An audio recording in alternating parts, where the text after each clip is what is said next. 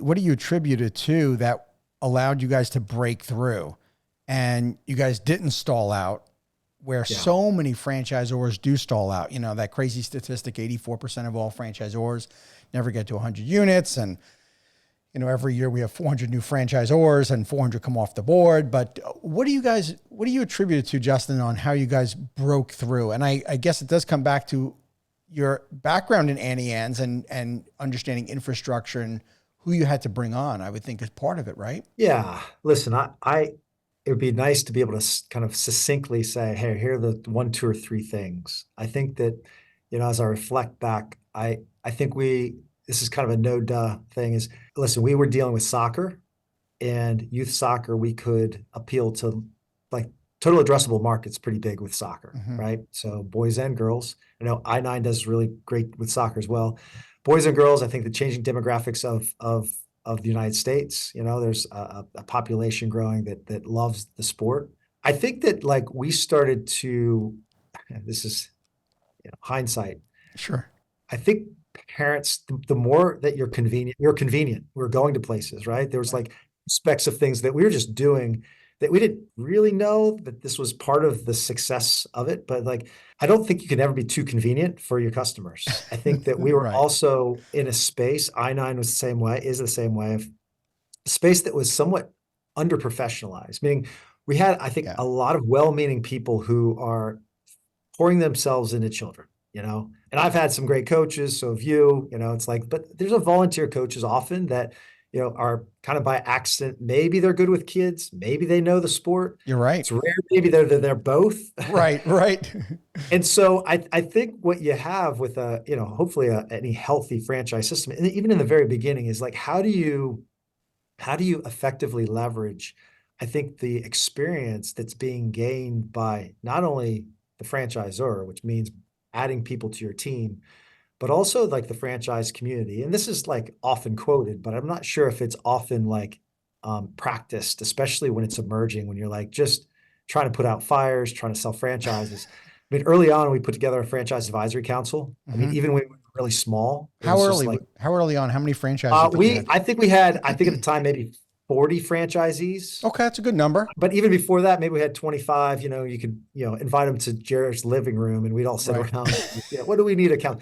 But I think establishing this habit of getting franchise owners to speak into what's happening, how do we evolve, not being too proud to ask the questions of like, how can we get better? But also being competently confident where you're also coming to the table saying, well, we also are running these businesses, or we're also learning this from a perspective because we interact with not just one franchise, but 40. And so this is a tension that I think has to be managed, hopefully in a real healthy way, that has contributed greatly to, I think, our success at Soccer Shots and now at Stronger Youth Brands. Mm-hmm. Just simply adding people to the team, the right people. Now we've added the wrong people, and there's been turnover. We haven't gotten that 100% right. Us too. Um, Yep. has brought tremendous like insight, and I think that I'm a big proponent of developing people within our own organization, but there's also great advantage to Mm-hmm. bring people from other experiences into your organization that accelerate and really grow you in places that you just wouldn't have expected. So those are a few things that come to mind as to how we kind of managed through that. I mean, one, I think incredibly lucky that it was the right product. But I also think that ongoing evolution and investing in that product in our team has paid dividends. And that, I see that at the franchisee level too. Yeah. It's Mm-hmm. like there's this almost like a fear of, hey, we know this works, but we can't afford a director of coaching or someone who helps me with administrative tasks. And well, let's do the math. How many locations do you need to add? How many enrollments? So that's maybe a word of just encouragement and challenge to those who are just, oh, I don't know if I should do it. Right. If you've got a great product and families or customers are buying that product, investing in that experience, man, you're shortchanging yourself if you're not adding to your team. Yeah, I think fellow founders would probably this would be good for them to hear because it sounds like that we both went through this. Is that they're going to have staff. You have staff on your team early on that were right for that time period. It doesn't mean that they're going to be right when you're 50 or 100 or 200 franchises. There are people that aren't right for the very beginning, and they're better when there's a lot more structure. So it's okay that you are going to have staff turnover, but everybody had a place for the time period that they were supposed to be in your life or in your company's life. Wouldn't you agree? Agreed. I think too, Frank, I mean, we all, if we've kind of started our businesses, we've all like created positions and first time put a person in that position. Right. Maybe that person's great. But eventually, I think what we've realized is like it's rare the teammate who's going to make this organization their career, you know? I mean, depending on where they are, but you know, they stay 5, 7 years, maybe 3. If they, when they vacate, you know, hopefully in a healthy way. And we've kind of looked at it like, hey, we want this to be a place of growth. And we Mm-hmm. know that this might not be your forever place. So if you're able to learn something, contribute something, and have a positive experience, step out and go somewhere else, great. That's awesome. But what we found is once that person leaves, there's now a point of reference where we're like, okay, this person was great at ABC, but man, would it be somebody great to have somebody who has D, E, and F and have all those things? Right. And you start better understanding the needs of the organization there. So sometimes their departure can be kind of a fortuitous thing that allows you to have a person, like you said, have someone who comes in who's prepared to take you to the next level. Yeah. Yeah. So that's what we found. You know, it's like you've almost like, and then if that person leaves, you're now at a different level, and you're looking for somebody different for that third spot, third iteration of position. So Totally. Justin, sounds like you guys always had this really strong but consistent growth. It was controlled growth. yeah, For emerging founders that are listening to this, what are your thoughts when it comes to franchise development? Are you proponents of in-house versus FSO? What are your right, thoughts? And what was it like back then? What did you guys do? right. Uh, yeah. I mean, once again, we took a certain path of growth, and I laugh because I'm not sure if anyone has a silver bullet when it comes to franchise development. Right?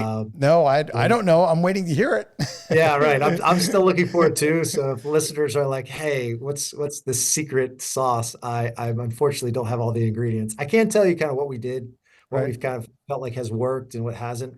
Um, you know, we did not outsource Fran Dev.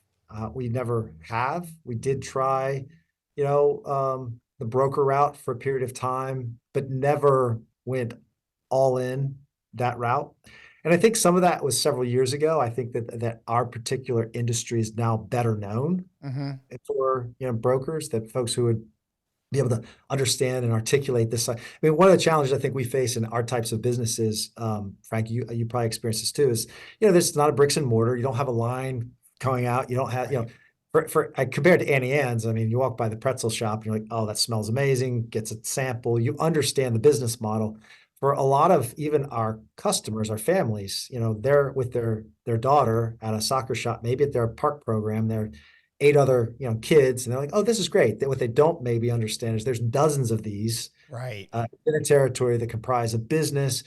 And we also do a lot of our stuff in childcare centers where parents may not even see it. That's So true. the explanation or the business model isn't easily visible to folks. And so I explained that to mean like I think that outsourcing it was a little bit of a challenge several years ago, Hmm. because it was just a hard thing to. And quite frankly, there weren't many franchise systems or franchises that were scaling to what I think many outsourced brokers would say as a viable business or viable franchise. Sure. I-9 soccer shots, maybe notwithstanding. And so, we did it in-house. We just felt like we knew our product, knew our franchise system. We were able to articulate what we were looking for. Pretty big about culture Hmm.